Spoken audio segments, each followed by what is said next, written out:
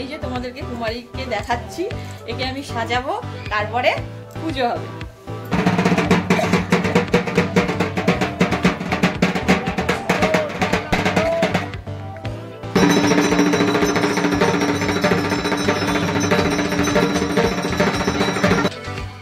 Good evening everybody, welcome back to our channel AMR Happy Moments। আজকে একটি নতুন ব্লগে আপনাদের স্বাগত জানাই। এই ব্লগটা একটু অন্য ধরনের হতে চলেছে। আমাদের বাড়ির সামনে দুটো পুজো হয় বছরে, একটা জগদ্ধাত্রী পুজো আর একটা রটন্তী কালী পুজো। এবারে 52তম বর্ষের জগদ্ধাত্রী পুজো অনুষ্ঠিত হতে চলেছে। আমাদের এখানে জগদ্ধাত্রী পুজো বরাবরই দুদিন হয়ে আসছে। সপ্তমী, অষ্টমী, নবমী পুজো একদিন, আর পরের দিন দশমী পুজো হয়ে বিসর্জন। নভেম্বরের 9 তারিখ সন্ধেবেলা আমরা ঠাকুর নিয়ে এলাম। মাকে গাড়ি থেকে নামিয়ে মণ্ডপের ভেতরে নিয়ে যাওয়া হচ্ছে। এবারে পুজোটা ছিল রবিবার, নভেম্বরের 10 তারিখ, আর আজ শনিবার, নভেম্বরের 9 তারিখ। এই জগদ্ধাত্রী মায়ের পুজোর সাথে আমাদের পরিবার খুব আন্তরিকভাবে, ওতপ্রোতভাবে জড়িত। আর এই পুজো 52তম বর্ষে চলছে। পুজো যখন শুরু হয়েছিল, প্রথম 3 বছর আমাদের বাড়ির ভেতরে পুজো হয়েছিল। মাকে মণ্ডপের ভেতরে আমরা সবাই খুব আনন্দের সাথে নিয়ে গেলাম। আমরা সারা বছর এই পুজোর জন্য ভীষণভাবে অপেক্ষা করে থাকি, আর এই দুদিন আমাদের খুব আনন্দের সাথে কাটে পুজোর জন্য। গুড মর্নিং এভরিওয়ান, নতুন একটা সুন্দর ব্লগে তোমাদের সবাইকে স্বাগত জানাচ্ছি। আমি মৌসুমী, দেখতেই পাচ্ছ আজকে রেডি হয়ে গেছি। আজকে আমি এই শাড়িটা পরেছি। এই শাড়িটা তোমাদের সাথে আগেই আমি শেয়ার করেছি। আজকে আমার বাড়ির সামনেই জগদ্ধাত্রী পুজো, আমরা সেখানেই যাচ্ছি, পুজোটা দেবো। আর আমাদের এই পুজোটা তোমাদের সাথে শেয়ার করছি। আশা করি তোমাদের ভালো লাগবে। জয় মা জগদ্ধাত্রী। সপ্তমীর পুজো কমপ্লিট হয়ে গিয়ে এখন অষ্টমীর অঞ্জলি চলছে। আমরা সবাই মিলে মায়ের কাছে অষ্টমীর অঞ্জলি দিচ্ছি। এই ঠাকুর মশাইদের দেখছেন, এই ঠাকুর মশাইরা, মানে এই ঠাকুর মশাই এবং এনার পূর্বপুরুষরা এই পুজো 52 বছর ধরে করে আসছে। এই অমিত দাঁড়িয়ে আছে ঠাকুরের পূজা নিয়ে।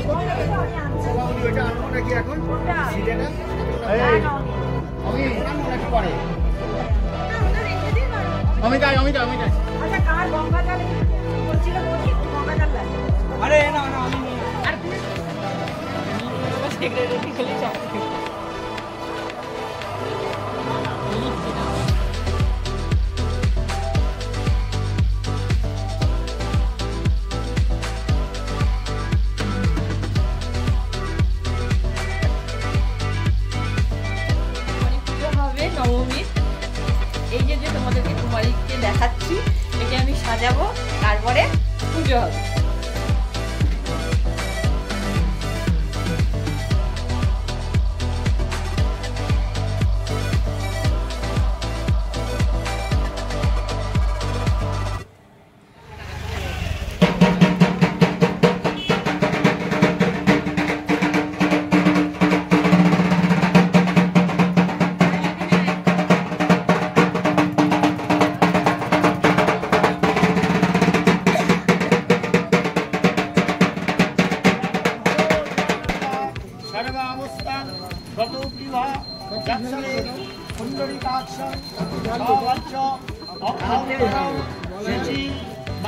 দু চারটে জেলা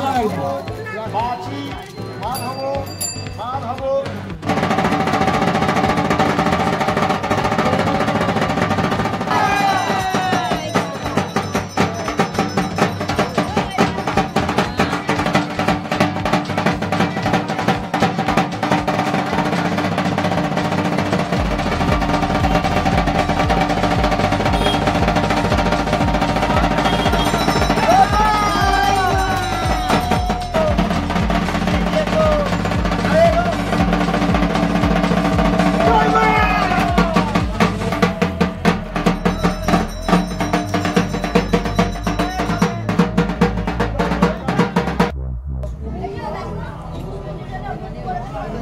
ঠাকুরের সামনে হোম হচ্ছে।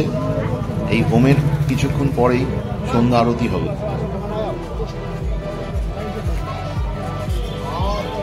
সপ্তমী পুজো হয়ে গেছে, অষ্টমী পুজো হয়ে গেছে, নবমী পুজো হয়ে গেছে, কুমারী পুজো হয়ে গেছে।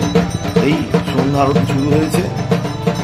108 প্রদীপ জ্বালানো চলছে।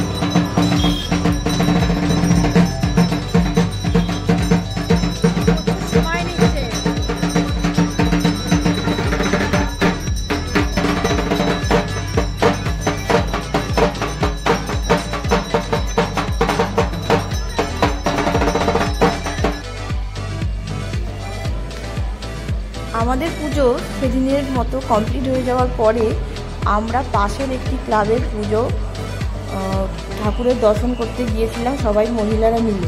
রাত্রিবেলা 11টার সময় গিয়েছিলাম সবাই মিলে।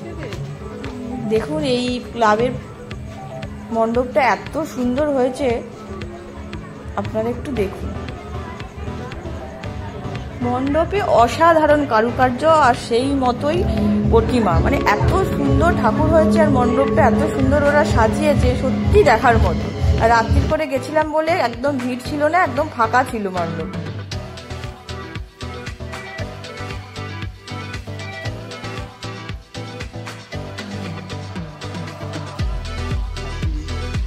Good morning. এটা হচ্ছে পরের দিন সকালবেলা, অর্থাৎ 11 তারিখ। 11 তারিখে এখানে আমাদের বাড়িতে ঠাকুরের যে ভোগের মানে বিসর্জনের পর যে মিষ্টিমুখ করার রীতি আছে, সেই উদ্দেশ্যে আমাদের এখানে ভোগ দেওয়া হয় লুচি, আলুর দম আর মিষ্টি। আর সেইখানে এখানে তারই প্রস্তুতি চলছে।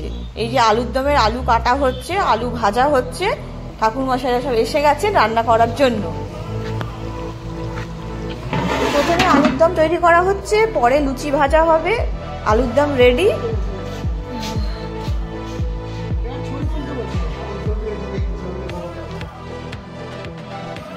এরপর বরণের পালা। আমরা সবাই মিলে মাকে বরণ করছি। মা আস্তে আস্তে নিরঞ্জনের পথে এগিয়ে যাবে।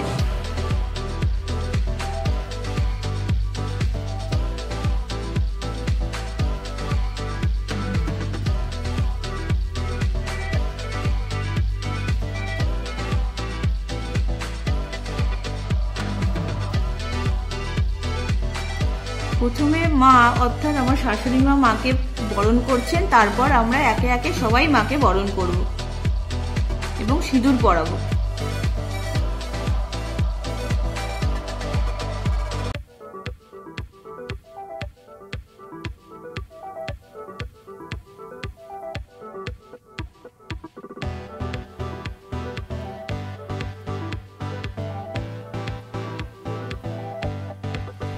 এরপর আমরা একে একে সবাই মাকে সিঁদুর পরিয়েছিলাম আর মিষ্টিমুখ করেছিলাম। আর একটা কথা, এই বরণ করতে করতে একটা কথা বলে রাখি, এরপর একটা ঘটনা ঘটেছিল। এরপর আমার ফোনটা হারিয়ে গেছিল। এই ফোনটা খুঁজে পাওয়া যাচ্ছিল না, ওই জন্য মায়ের বিসর্জন আর ভোগ বিতরণ আমি কিছুই ভিডিও করতে পারিনি, কারণ আমার ফোনটা হারিয়ে গেছিল। তারপর অনেক খোঁজাখুঁজির পর মায়ের দয়াতেই আমি ফোনটা আবার আমার ফিরে পেয়েছিলাম। জয় মা জগদ্ধাত্রী বলে এই ব্লগটা এখানেই শেষ করছি। যদি ভালো লাগে অবশ্যই কিন্তু একটা লাইক করবেন, আর আমাদের পাশে থাকার জন্য চ্যানেলটা অবশ্যই সাবস্ক্রাইব করবেন। সবাই ভালো থাকবেন, সুস্থ থাকবেন। দেখা হবে একদম পরের ব্লগে।